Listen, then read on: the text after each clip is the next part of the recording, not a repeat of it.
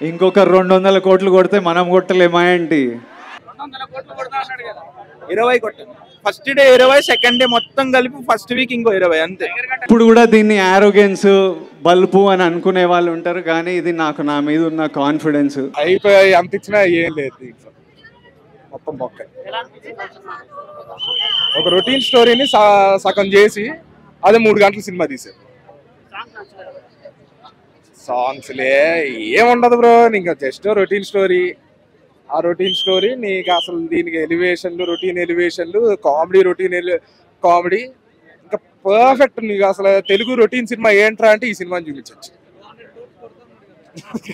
అంటే చెప్పాక 400 రూపాయలు నేను ఖర్చు పెట్టాను, నేను ఏడుస్తున్నాను. 400 crores ఎలా కొడతాడు నాకు తెలియదు, కానీ ఇంకా ఓకే 1.5 అవుట్ ఆఫ్ 5.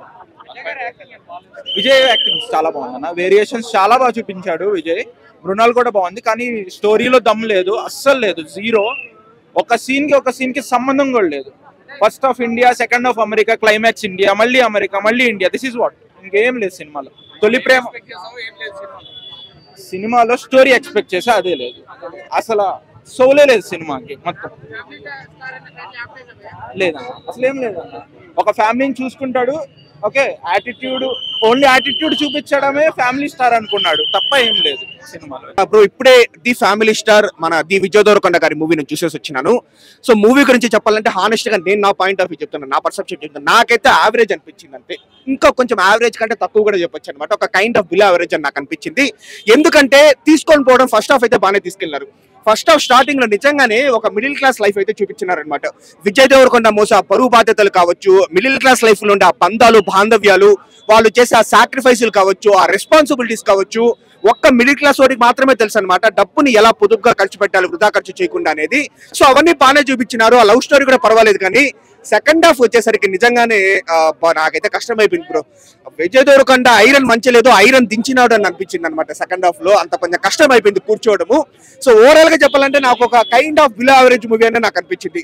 ఒక 2 సాంగ్స్ ఫస్ట్ హాఫ్ లో ఒక 40 minutes తప్ప, ఏదో ఇంటర్వెల్ ముందు సీన్, క్లైమాక్స్ ముందు సీన్ ఒక్కొక్క 5 minutes, అంటే ఓవరాల్ గా ఒక 50 minutes అయితే మూవీలో బాగానే ఉంది. అది తప్ప రిమైనింగ్ అంతా నాకు బిలో యావరేజ్ అని నాకు అనిపించింది. అలా ఏం లేదు, ఫ్యామిలీస్ కనెక్ట్ అయ్యే అంశాలు కూడా ఉన్నాయి. ఏంటంటే ఆ మిడిల్ క్లాస్ లైఫ్, ఆ లైన్ కూడా బాగానే ఉంది, కాకపోతే ఎగ్జిక్యూషన్ చేసినా సరిగ్గా లేదనమాట. లైన్ అయితే మంచి లైన్ ఉంది. ఏంటంటే ప్రతి ఒక్కరు మిడిల్ క్లాస్ లో పుట్టిన మిడిల్ క్లాస్ లో ఉండిపోవాల్సిన అవసరం లేదు. ఆ బాధ్యతలంతా మోస్తా కూడా ఒక జనరేషనల్ ఫ్యామిలీ స్టార్ అవ్వచ్చు అనమాట. తన ఫ్యామిలీనే మార్చేయచ్చు అనేది లైన్ అయితే బాగానే ఉంది, కానీ ఎగ్జిక్యూషన్ ఇప్పుడు అంత మంచి లైన్ పెట్టుకున్నప్పుడు ఆ సెకండ్ హాఫ్ లో వెన్నెల కిషోర్ కామెడీ అదేం పెళ్ళలేదు. మళ్ళీ ఆ యుఎస్ లో జోకులు కావచ్చు, ఆ యుఎస్ లో ట్రాక్ కావచ్చు, అదంతా నాకేం అర్థం కాలేదు. సెకండ్ హాఫ్ బెటర్ గా పెట్టింటే డెఫినెట్లీ మూవీ చెప్పుకునే దానికి బాగుంటుంది. అవునవునవును, నాకు తెలిసి ఇంకా ఈ వీక్ కూడా సిద్ధు జొన్నలగొడ్డ హవానే ఉంటుంది అనమాట. ఎందుకంటే అదే బెటర్ ఫిలిం దాన్ దిస్. ఖచ్చితంగా మార్చాల్సిన అవసరం వచ్చింది. ఎక్కడ గీత గోవిందం, టాక్సీ వాళ్ళ తర్వాత పెద్ద చెప్పుకునే తగ్గ మూవీ ఏం లేదు. ఖుషి కూడా పెద్ద చెప్పుకునే తగ్గ మూవీ ఏం లేదు. ఇంకా లైగర్ మనకు తెలిసిందేనమాట.